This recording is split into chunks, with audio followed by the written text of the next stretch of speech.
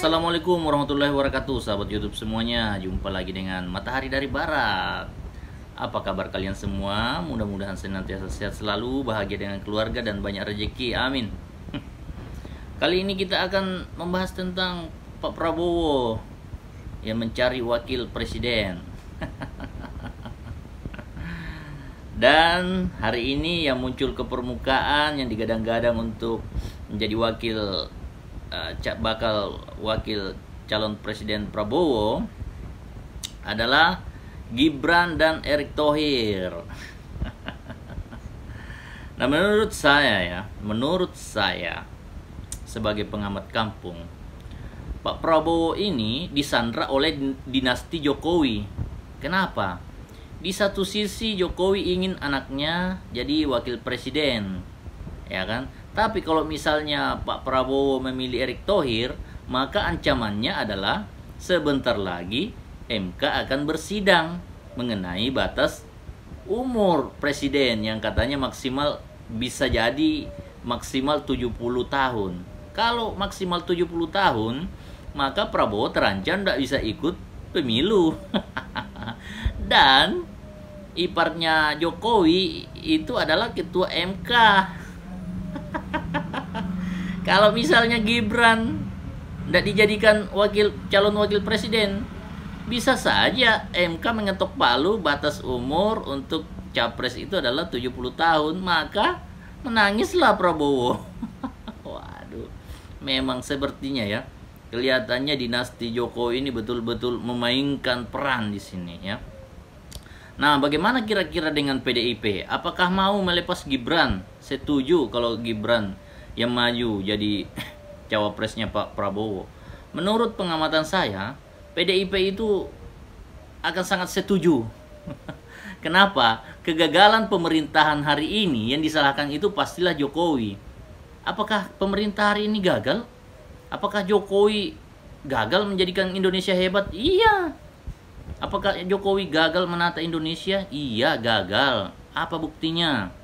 Beras impor. Padahal 10 tahun berkuasa dengan utang 7,8 ribu triliun tuh bangun apa aja?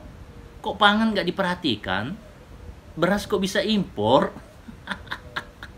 Katanya bangun waduk, bendungan, segala macam untuk pertanian. Mana? Beras masih impor, segala macam masih impor. Pekerjaan susah. Kesehatan masih bayar, ya, pendidikan masih bayar. Ya. Cari pekerjaan susah, utang negara melimpah, apalagi korupsi merajalela, 99,9%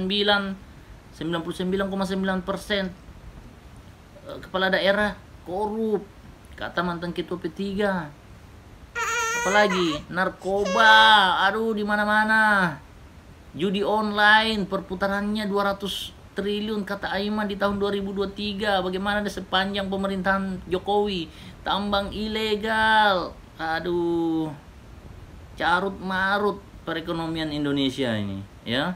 Belum lagi investasi asing yang harus utang kayak kereta cepat Jakarta Bandung itu ngutang. Padahal urgensinya apa sehingga harus utang? Udah ada kereta, ya kan? Sudah ada jalan tol.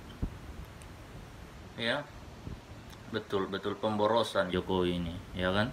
Menurut saya loh. Jadi makanya rakyat itu pasti gondok ya. Coba bayangkan itu bagannya itu konsorsium 303 itu selalu udah berseliwerang itu, ya kan? Terus siapa yang harus mempertanggungjawabkan carut marut ini?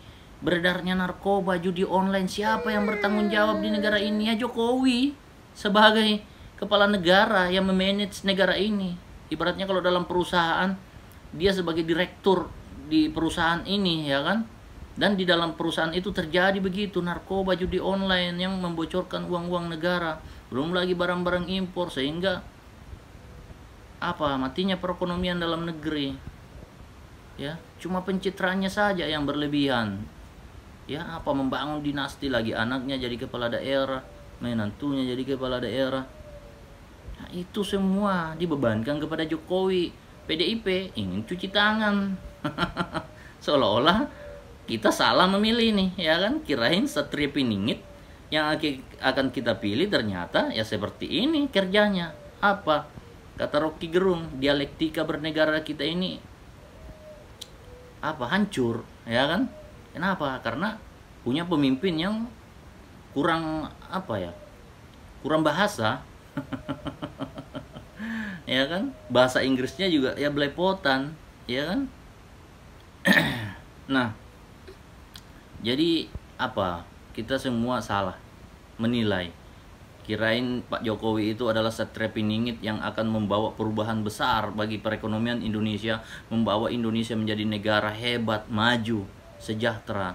Tapi apa, 10 tahun berkuasa, menghabiskan utang 7,8 ribu triliun, beras masih impor, kendaraan masih impor, motor masih impor, mobil masih impor. Mana kendaraan dalam negeri yang mau dibangun itu, ya kan? Yang mau naikkan popularitasnya itu, menggemborkan ASMK itu sebagai produk dalam negeri, sehingga uang-uang dalam negeri tidak akan bocor lagi keluar untuk membeli kendaraan itu, mana? Jadi gagal menjadikan Indonesia ini hebat. Pak Jokowi itu gagal. Apanya yang hebat? Pejabatnya yang hebat. Pejabatnya yang hebat, hebat korupsi, ya kan? Mana? Mana mau menjadikan laut sebagai poros ekonomi maritim itu, mana? Mau menjadikan membuat pendidikan terbaik itu mana? Mau swasembada beras itu mana? Mau membeli kembali apa itu yang dibeli Singapura itu mana, ya kan? Yang dijual pada zamannya Ibu Mega itu mana? Nggak ada. Apa janji-janji Jokowi yang terlaksana? Hah? Apa? Mana hebatnya Indonesia? Mana? Coba tunjukkan keberhasilan Jokowi. Nah, kalau itu semua kemarahan rakyat, politikus hari ini, ya kan, itu pasti akan diarahkan kepada Jokowi. Makanya rakyat hari ini mulai skeptis dengan dinasti Jokowi, ya kan, sudah gagal membangun negara, ya kan, menciptakan negara yang hebat, ya kan, malah menjerumuskan negara ke dalam utang yang besar, padahal pendapatan negara tidak terlalu seberapa, malah membangun dinasti. Nah, itu yang akan menjadi kemarahan rakyat gitu, ya kan. Nah, itu semua akan ditanggung oleh Jokowi. Nah, ketika anaknya ini disodorkan ke Pak Prabowo, maka hancurlah Prabowo. Ya, hancurlah Prabowo. Kenapa? Karena ibaratnya itu kemarahan masyarakat itu disodorkan ke Prabowo. Padahal Prabowo ini mempunyai elektabilitas yang sangat tinggi, dipasangkan dengan siapapun, ya kecuali dengan dinastinya Jokowi. Ya kan? Karena rakyat betul-betul marah, ya kan? Kecewa. Mana satria piningit ini, kok negara jadi utang, ya kan? Banyak utang, banyak narkoba, banyak korupsi, dinasti, judi online terang-terangan, ya kan? Mana malah artis-artis yang mempopulerkan yang ditangkepin, ya kan? Oke, itu saja Matahari dari Barat. Assalamualaikum warahmatullahi wabarakatuh.